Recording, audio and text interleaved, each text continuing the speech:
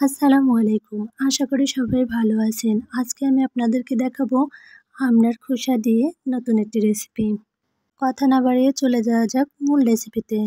আমি এখানে প্রথমে ৬টি আমড়া নিয়ে নিয়েছি এবং ভালোভাবে খোসাগুলোকে ছাড়িয়ে নিয়েছি। খোসাগুলো ছাড়িয়ে নেওয়া হয়ে গেলে আমি এবার খোসাগুলোকে একটি বাটির মাঝে নিয়ে ভালোভাবে পরিষ্কার করে বাটির মাঝে নিয়ে কিছু পরিমাণ পানি দিয়ে দিয়েছি।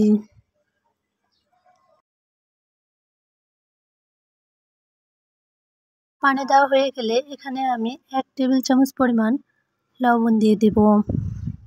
এরপর আমি এগুলোকে চুলায় বসিয়ে আমড়ার খোসাগুলোকে খুব ভালোভাবে সিদ্ধ করে নেব। আমড়ার খোসা সিদ্ধ হতে বেশি সময় লাগে না, ২ থেকে ৩ মিনিটের মধ্যেই দেখা যায় সুন্দর একটি বলক চলে আসে এবং আমড়ার খোসাগুলি সিদ্ধ হয়ে যায়। আপনারা দেখতেই পাচ্ছেন আমার আমড়ার খোসাগুলো খুব সুন্দরভাবে বলক চলে এসেছে এবং সিদ্ধ হওয়ার পর্যায়ে চলে আসছে। পর্যায়ে আমি একটি চামচের সাহায্যে উল্টিয়ে পাল্টিয়ে ভালোভাবে আমড়ার খোসাগুলোকে সিদ্ধ করে নেব। সিদ্ধ করা নেওয়া হয়ে গেলে এবার আমি এগুলোকে ঠান্ডা হওয়া পর্যন্ত অপেক্ষা করব। ঠান্ডা হয়ে আসলে আমি এই আমড়ার খোসাগুলোকে একটি ব্লেন্ডারের সাহায্যে ব্লেন্ড করে নেব।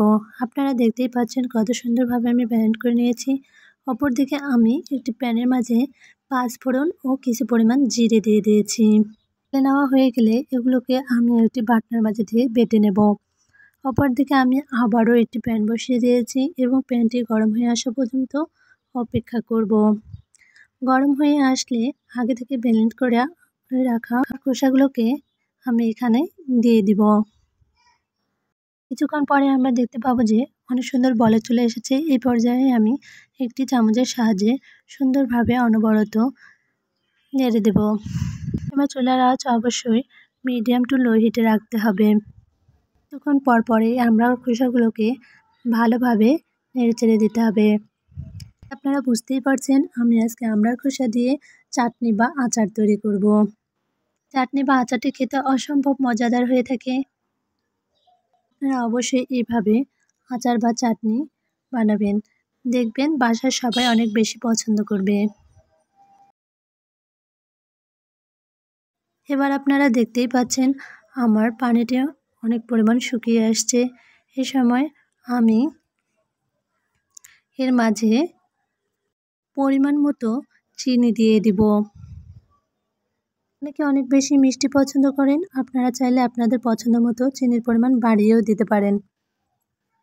এরপর আমি আবারও একটি চামচের সাহায্যে অনবরত নেড়েচেড়ে এগুলোকে খুব ভালোভাবে ঘন করে নিয়ে আসব। চাটনি বা আচারটি ঘন হয়ে আসলে এর মাঝে আমি ১ টেবিল চামচ পরিমাণ শুকনো মরিচের গুঁড়ো দিয়ে দেব এবং আগে থেকেই আমি যে মশলাটি পাটায় বেটে নিয়েছিলাম সেগুলোকে এখানে দিয়ে দেব। দেওয়া হয়ে গেলে আমি আবারও চামচের সাহায্যে উল্টিয়ে পাল্টিয়ে ভালোভাবে ২ থেকে ১ মিনিট জাল করে নেব। এভাবে তৈরি হয়ে যাবে আজকের আমড়ার খোসার অসম্ভব মজাদার এবং সুস্বাদু আমড়ার আচার বা চাটনির রেসিপি। আপনারা দেখতেই পাচ্ছেন আমার আমড়ার এই চাটনির রেসিপিটি তৈরি হয়ে গেছে। আপনারা একবার হলেও এই রেসিপিটি বাসায় ট্রাই করবেন। আশা করি আপনাদের ভালো লাগবে। আজকের রেসিপিটি আপনাদের ভালো লাগলে অবশ্যই লাইক, কমেন্ট এবং শেয়ার করে আমার পাশেই থাকবেন। আপনারা দেখতেই পাচ্ছেন আজকের এই আমড়ার খোসার আচারটি কত সুন্দর হয়েছে এবং দেখতে যতটা না সুন্দর হয়েছে তার থেকে খেতে অসম্ভব মজাদার এবং ইয়ামি হয়েছে। ধৈর্য ধরে আমার রেসিপিটি দেখার জন্য আপনাদেরকে জানাচ্ছি অসংখ্য ধন্যবাদ।